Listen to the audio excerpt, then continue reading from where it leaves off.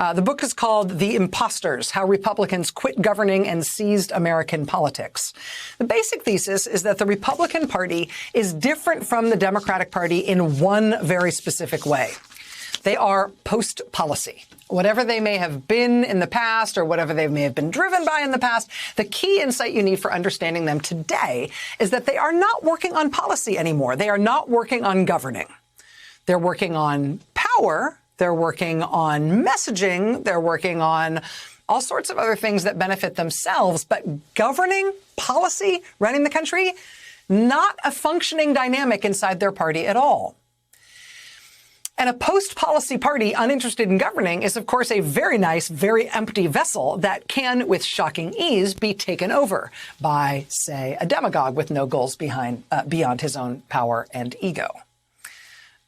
Here's a little piece of it. This is actually from a brand new afterword to The Imposters, which is just out today in paperback. Steve says, quote, among the hallmarks of post-policy thinking is a rejection of data, evidence, and expertise. In the case of the 2020 presidential election, the data showed Trump losing the race badly. The evidence to the contrary simply didn't exist. Even experts from Trump's own administration rejected the president's utterly ridiculous claims.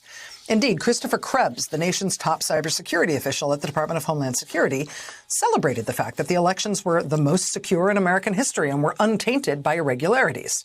President Trump responded by firing Christopher Krebs for having told the truth.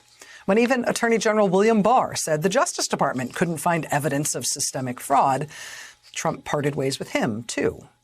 It would have been awful enough for an American president to borrow the playbook used too often by foreign autocrats.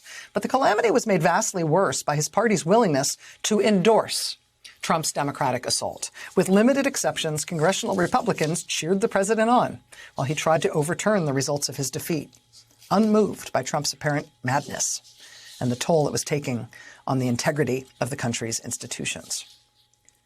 And of course, that effort has only grown in pace and scope since then. The effort to undermine the results of the 2020 election is now the animating force within the Republican Party, which more than anything is working on rescinding voting rights and seizing partisan control of the administration of elections.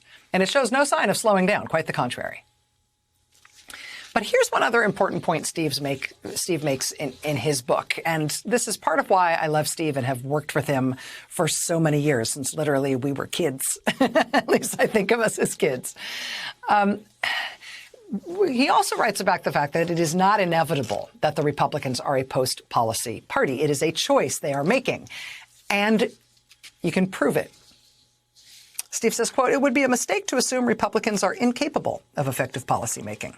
When utilizing gerrymandering techniques to give Republican candidates unfair and undemocratic electoral advantages, for example, Republicans have demonstrated an uncanny ability to carefully utilize evidence in pursuit of substantive goals. In North Carolina, for example, an appeals court found that Republican officials drew legislative district boundaries that targeted black voters with, quote, almost surgical precision.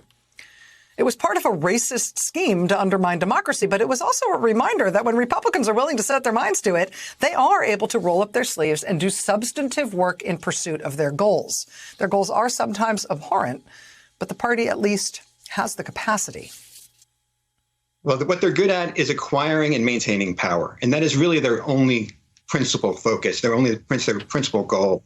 And I think today we saw evidence of that. What Democrats did was approach this as a policy matter. They saw a problem in need of solution. They relied on data. They relied on evidence. They turned to experts. And they put together a credible governing solution, the way a governing party should. But what did we see from Republicans? We saw the opposite. We saw them discard the data. We saw them discard the evidence. We saw them focusing on their political goals, their ideological goals. And that's very much in keeping with this post-policy thesis. A governing party would approach this debate entirely differently. And so that asymmetry, where Democrats are approaching it in one way and Republicans are approaching it in a post-policy way, that asymmetry is the defining problem in my mind of American politics today. You and I talked about this idea, this insight into the difference between the parties for a long time before you wrote the book, and we've been talking about it ever since. And now with the new afterword and the paperback version, I feel like the conversation just keeps getting sort of deeper, but we're in the same place that we were. And we still have the same pressing question in terms of what the country needs, which is what do you do about it? We still don't have a playbook for what to do when one of two major parties in the country gives up on the idea of governing and decides to work, as you say, essentially just on holding power. Do you feel like your understanding of this phenomenon has advanced to the point where you can be prescriptive as to how Democrats should approach combat with their partisan counterparts here, given the differences between the two parties? I think that some Democratic senators make the same mistake that some voters make, which is that for years we could make the assumption that there were two responsible, mature governing parties. And voters made that decision all the time, assuming that both Democrats and Republicans, despite their differences, had the technocratic wherewithal to solve problems.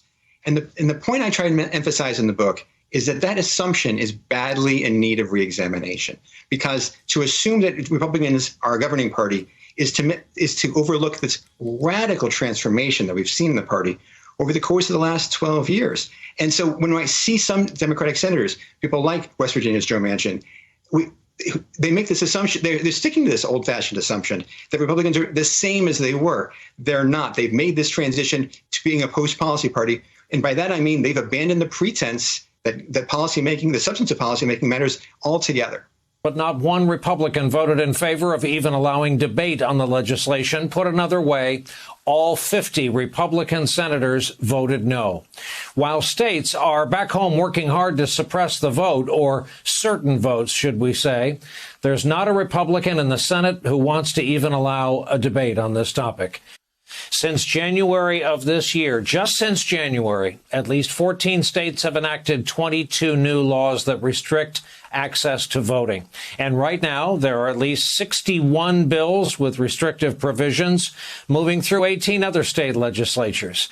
Yet Senate Republicans maintain, as was evident in tonight's vote, that there's no reason for the federal government to step in here.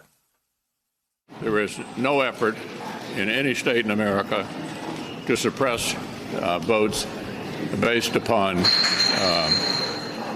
suppression of minority participation.